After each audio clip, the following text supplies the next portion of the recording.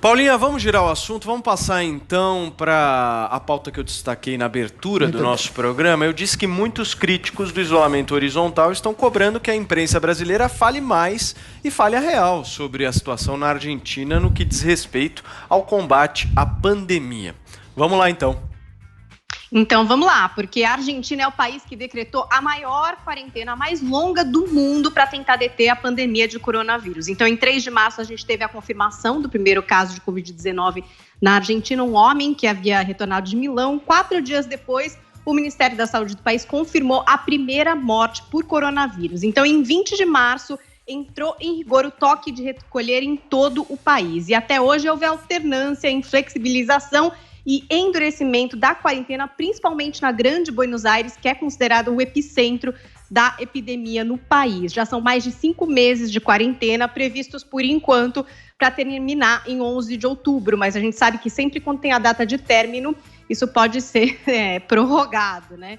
No começo do mês, a Argentina registrou mais de 14 mil novos casos do coronavírus, o que foi uma nova marca nacional. Rompeu os 750 mil notificações de contágio desde o começo da pandemia e essa taxa de contaminação segue alta, como vocês podem observar no gráfico. A gente tem aí a medição de 6 de outubro para 14.740 novos casos. As mortes também aumentaram, chegaram a mais de 400 em 24 horas no começo do mês e a gente tem o gráfico atualizado com 6 de outubro, 359 mortes. No total, mais de 21 mil mortes e um total de casos também que já supera os 800 mil casos lá na Argentina.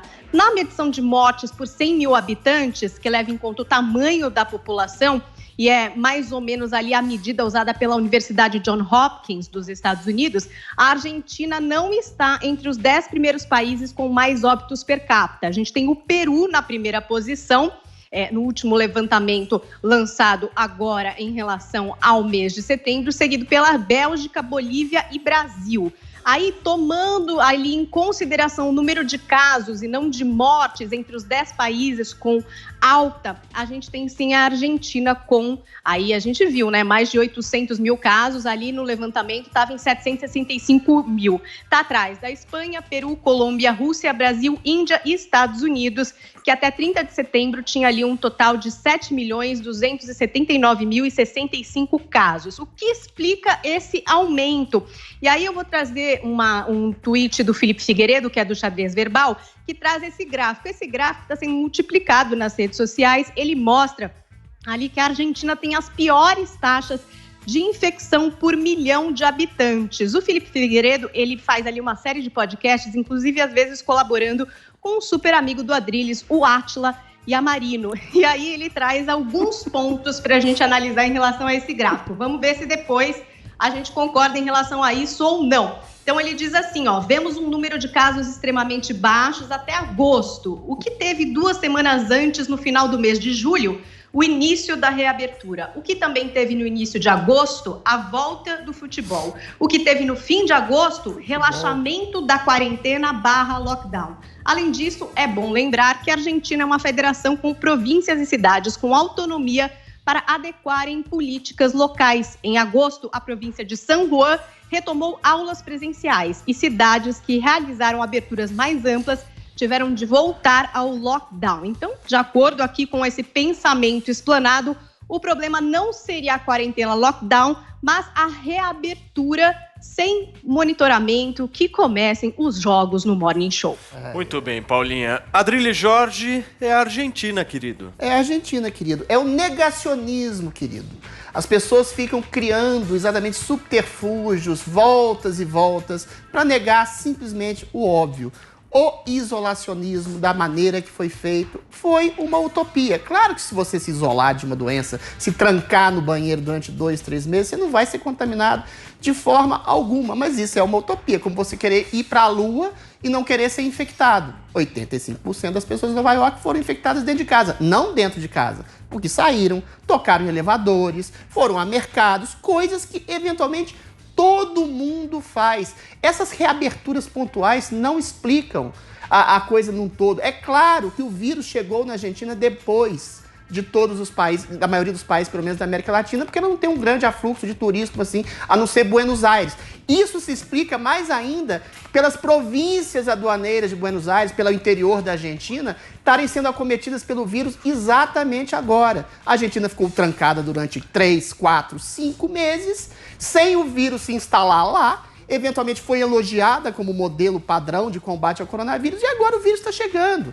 Além do vírus, chegou o vírus de um governo populista, kirchnerista, corrupto, eventualmente que tranca exatamente as possibilidades de ascensão econômica, privatiza estatais, entendeu? Faz uma série de coisas que aumenta o desemprego, faz desabar a economia, ou seja, além da infecção do vírus, tem a infecção de um governo populista, autoritário, socialista.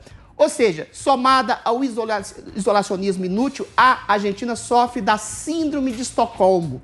Ela vota num presidente que ensaia passos ditatoriais e aproveitou a pandemia para estabelecer o caos na Argentina, o caos econômico, o caos social. As pessoas eventualmente agora tentam voltar, mas agora é tarde. O vírus está se alastrando, o vírus está comendo a população de uma maneira terrível, trágica, complicada, e ainda somada a isso, tem o cálculo de risco de um governo terrível, pavoroso, péssimo, que está levando a economia da Argentina e o povo argentino ao desastre total.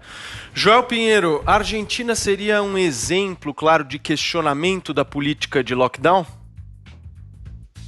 De política de isolamento social? Não, de jeito nenhum, Paulo. A Argentina é um caso de uma má implementação. A Argentina é um caso de um país que fez demais e cedo demais e sem uma saída. Todos. Se eu declaro lockdown num país, o Brasil, por exemplo, nunca declarou lockdown, né? É importante lembrar isso. Lockdown é um fechamento radical, a pessoa fica presa em casa, para sair precisa de permissão, é aquela coisa bem estrita.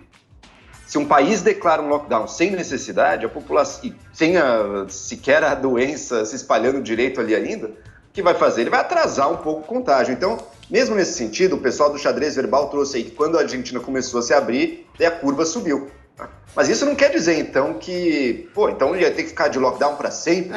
Porque uma hora vai abrir e a coisa vai subir. Quer dizer que essa estratégia, da forma que a Argentina adotou, foi um erro, foi um equívoco. Ela começou cedo demais e foi radical demais no seu fechamento. Diferentemente de outros lugares que adotaram o lockdown porque foi necessário, como a cidade de Nova York. O Adriles sempre gosta de trazer ela, mas o fato é que isso é estudo científico, hein? 70% de redução das novas infecções em Nova York, graças ao lockdown. E foi necessário. Por que foi necessário? Não existe. Porque Nova York estava colapsando o seu sistema. Nova York teve que ter hospitais de tendas, com leitos em tenda, grandes tendas, para abarcar a população infectada que estava morrendo ali em massa. Outros lugares aqui, pegando de novo dados de estudos científicos. Em Wuhan, na China, a transmissão caiu 58% graças ao lockdown. Na Itália, 45%. Na França, 77%. O lockdown é uma medida extrema. O lockdown é uma medida de que, olha, o negócio aqui já está saindo do controle, a gente está vendo, como em Milão, na Itália. O negócio está saindo de qualquer possibilidade do nosso sistema de saúde dar conta, os corpos estão se empilhando, a gente precisa de uma medida radical para quebrar essa curva. E, de fato, foi bem sucedido. Ele traz um custo enorme, mas ele foi bem sucedido nisso, nesses lugares que precisavam disso. Fechar o país inteiro num lockdown sem data para acabar, como a Argentina fez, e sem uma política de reverter isso com testes e com rastreio de pessoas, é uma política suicida, porque você vai atrasar o inevitável e não vai ter o que fazer para evitá-lo. Quando a hora chegar, só vai ter que abrir essa economia. Eu não sei se quem está assistindo aí talvez tenha visto uma criança passando aqui atrás. Foi meu filhinho. Mas voltando ao tema aqui, o que tem que fazer? O que um país tem que fazer? Quais foram os países bem-sucedidos? São os que decretaram lockdown desde o dia 1 e não fizeram mais nada e deixaram a população presa em casa? Não foram. Foram países que souberam dosar, primeiro, um isolamento social na medida necessária da sua taxa de infecção, com uma política de testes e rastreio de novos casos depois, como uma Coreia do Sul, Taiwan, Vietnã, Noruega, Dinamarca. Provavelmente, se você pegar cada um desses, nenhum desses deve ter sido tão radical quanto a Argentina no primeiro momento. Okay. E, no entanto, tiveram resultados melhores. Ok, Jodriles. Adriles, você pediu a palavra? Todos esses países, 90% dos países fizeram um isolamento. Não quer dizer que seja rigoroso ou menos rigoroso. O problema é o desastre econômico que ele causa e a curva da infecção que há algum tipo de contestação dessa queda de curva. O Brasil, por exemplo, se isolou totalmente. Que bom que você concorda com o Bolsonaro, com o Osmar Terra, que eles falavam de maneira muito explícita. Não adianta você isolar o país inteiro, todas as cidades ao mesmo tempo, como foi feito na Argentina, como foi feito na maioria dos países do mundo e da América Latina. Isso destruiu economias, cara. Isso ampliou fome, miséria, desemprego, falta de trabalho, perda de saúde. E, eventualmente, o isolamento, num primeiro momento, ainda que seja, vou utopicamente acreditar em você, para achatar em alguma medida a curva, foi para equipar hospitais.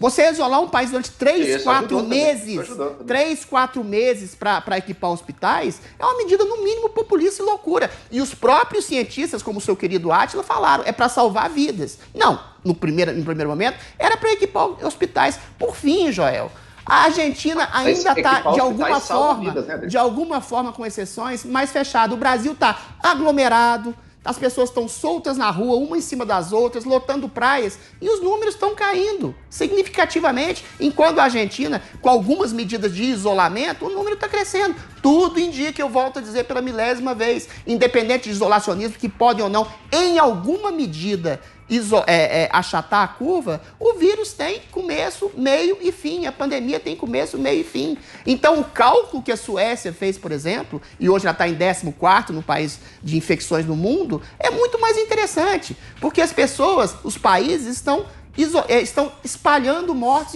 espalhando infectados ao longo do tempo. Em um primeiro momento, você tem esse impacto de, a gente está salvando vidas. Não, você está jogando, parece terrível falar isso, os mortos e infectados para adiante. É simplesmente uma questão de cálculo de retenção. Ou seja, a Suécia mostrou que o que ela deveria, que o o mundo deveria ter feito é uma política de distanciamento social. Eles nem usaram máscaras. Eu acho que até a máscara, o álcool gel, o distanciamento, o evitamento de algum tipo de aglomeração é até necessário. Mas, eventualmente, o isolamento, como foi feito, e a Itália, por exemplo, 2 semanas depois, você deu um exemplo aí, ela dobrou, triplicou o número em semanas, depois com as pessoas radicalmente isoladas, ou seja, nem o achatamento da curva é tão ela já tá significativo super leve assim. lá. Não. Eventualmente, agora tá, porque o vírus acabou, porra. A pandemia ali acabou. Começo, meio e fim. Agora, se o isolamento melhorou essa perspectiva, é um dado utópico. Esse 70% que você falou do número de infecções que conseguiu achatar é utopia, é simplesmente achismo puro. Isso não tem nada a ver com ciência. Tem a ver com bola de cristal do passado. Tá bom, Adriano, tá certo. Joel, mas deixa eu só pontuar uma coisa. Número concreto de infectados em casa em Nova York, meu cara. Ok, vamos pontuar uma coisa. Eu acho que o grande estudo de caso e de comparação que tem que ser feito é, vamos, no ano que vem, a gente vai pegar os países que o Adriles considera bons exemplos. Acho que é só a Suécia, o resto tá todo... Não, Uruguai também. E a gente Uruguai também. Uruguai? Então, escolha alguns países aí e a gente vê esses países, a Suécia, que hoje em dia, se você pegar a foto de hoje em dia deles, a Suécia não está bem na foto. Ela está em 14º em número de mortes e a economia dela caiu até mais do que os vizinhos nórdicos dela. Então, você tem que relativizar, Joel. Espanha, Itália, Inglaterra, França, eles se isolaram, estão pior que a Suécia. Calma. Estão pior que a Suécia. Vai lá, Joel.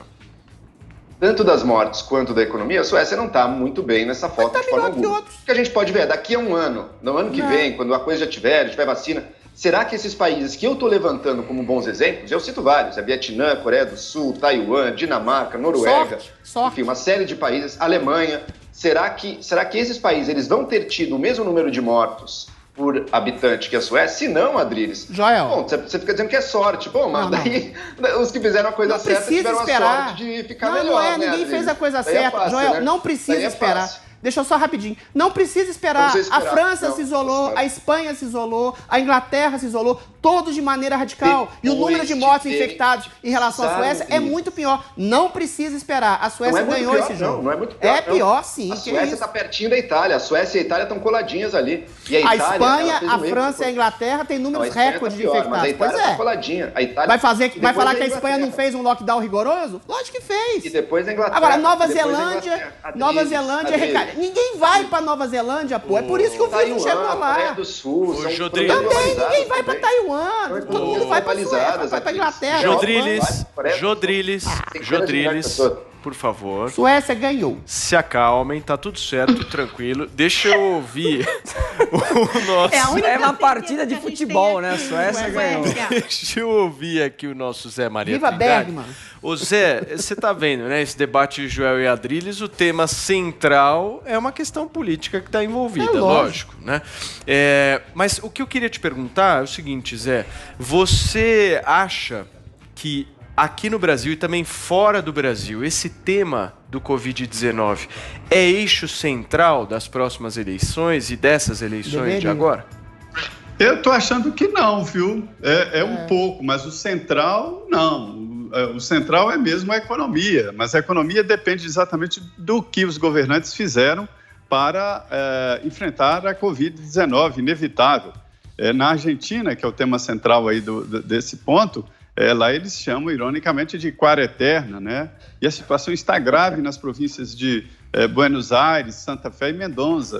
A situação da Argentina é séria e, como diz o Joel, lá é lockdown mesmo, não pode sair de casa, a não ser por emergência médica, para compra e pronto. Não é aqui. Por aqui houve uma decretação pública de que quarentena já não funciona. Acabou. O povo decretou isso. Eu acho que a Argentina e o Brasil são exemplos para o mundo de como houve ali diferença de se portar, não na economia, mas com relação ao enfrentamento. A Argentina fez a mais longa quarentena e agora está sofrendo as dificuldades por uma infestação maciça. O Brasil tem o melhor exemplo do mundo, não é ufanismo. O que todos queriam era isso, um patamar contínuo, né? E que pudesse ser atendido para evitar as mortes inevitáveis, as mortes evitáveis com a internação. E, por outro lado, o Brasil consagrou um instituto que só existe em alguns países, que é o SUS, que foi copiado, que a Constituição trouxe da Inglaterra, esse sistema de saúde. O velho SUS passou no teste. Não fosse o SUS, a situação aqui estava complicada e haveria mesmo mortos nas ruas e nas casas. Adrilles, eu vou te dar um grande argumento. Para mim, não há nada mais do que o isolamento social, do que quarentena, do que prisão. Para mim não existe. A prisão é um isolamento total. Quando eu vi as prisões, né, todas as prisões aqui tiveram, aqui em Brasília morreram 4, né? Quando eu vi as prisões sendo infectadas, e por outro lado eu cito Augusto Nunes, quando a OMS disse que o vírus estava sem controle no Brasil, fora de controle, e ele perguntava, mas o que é o vírus com controle? Seria alguém demonstrando, toma lá, 4 vírus para tal estado, 5 vírus para outro, isso seria um controle? Isso é sem controle. Uma ilha isolada só se não recebesse ninguém, mas num determinado momento teria que receber um indivíduo infectado e pronto, a coisa se espalharia. A história agora é a vacina, é por isso que a Argentina renegou, que não quis aceitar brasileiros, agora vem atrás do Brasil pedindo ajuda, a Argentina e o Peru pedindo ajuda aí para a vacina. A vacina é a solução e pronto. Muito bem, Zé. Joel Pinheiro da Fonseca, eu não quero ver fogo no parquinho neste programa. Você acha que Adrilles Jorge falaria o que falou da Argentina se lá houvesse um governo de direita? Ah, que isso. Não, mas daí de jeito nenhum. Daí seria um governo que, puxa, tragicamente, o azar que aconteceu o vírus, foi culpa do azar, não teve nada a ver com a medida. É verdade. Eu tô brincando, o Adrilles sofre da síndrome de Estocolmo, é tudo a Suécia. Vai projetar. Olha, o Bruno Covas e o João Dória, que governam São Paulo aqui, estão um pouquinho longe de ser de esquerda e promoveram um isolamento bem falho e bem burro. Então, não é verdade essa crítica, não. Muito bem. Zé Maria Trindade. Zé, deixa eu agradecer mais uma vez pela sua participação aqui no nosso Morning Show. A gente se vê amanhã, quinta-feira. Valeu, Zé. Abração pra você. Já com saudades aí do estúdio. Um abraço. Obrigado. Valeu, Zé. Valeu.